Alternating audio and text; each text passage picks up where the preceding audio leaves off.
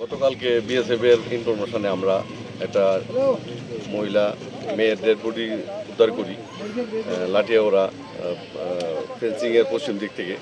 তো এটা যথারীতি আমরা কালকেই পোস্টমর্টমের জন্য হসপিটাল কৈলাসহর পাঠিয়েছিলাম। তো আজকে এটার পোস্টমর্টম কমপ্লিট হয়েছে। আর এক্ষণে আমরা পাঁচটা বাজে এখন বিকাল। তো পোস্টমর্টমের পরে আমরা বিএসএফ এবং পুলিশ মিলে বাংলাদেশের বিজিবি এবং তাদের পুলিশের হাতে এবং মেয়ের বাবার শনাক্তক্রমে আমরা ডেড বডি ওদের কাছে হ্যান্ডওভার করেছি। তো ওরা এখন ডেড বডি নিয়ে চলে গেছে। যে নাবালিকার মানে মৃতদেহটা পেয়েছিলেন আপনারা, সেই নাবালিকার বাড়ি কোথায় ছিল? বাড়ি বাংলাদেশ জুড়ি। তো আজকে এই মৃতদেহটা কে শনাক্তকরণ করেছে? তার বাবা, তার নিজে বাবা ফরিন্দ দাস। তো মৃতদেহের শরীরে কোনো ধরনের আঘাত পাওয়া গিয়েছিল কি? এটা তো একটা ফায়ারিং আঘাত ছিল। তো এটা এই মৃতদেহটা গতকালকে ঠিক কোন জায়গায় পাওয়া গিয়েছিল?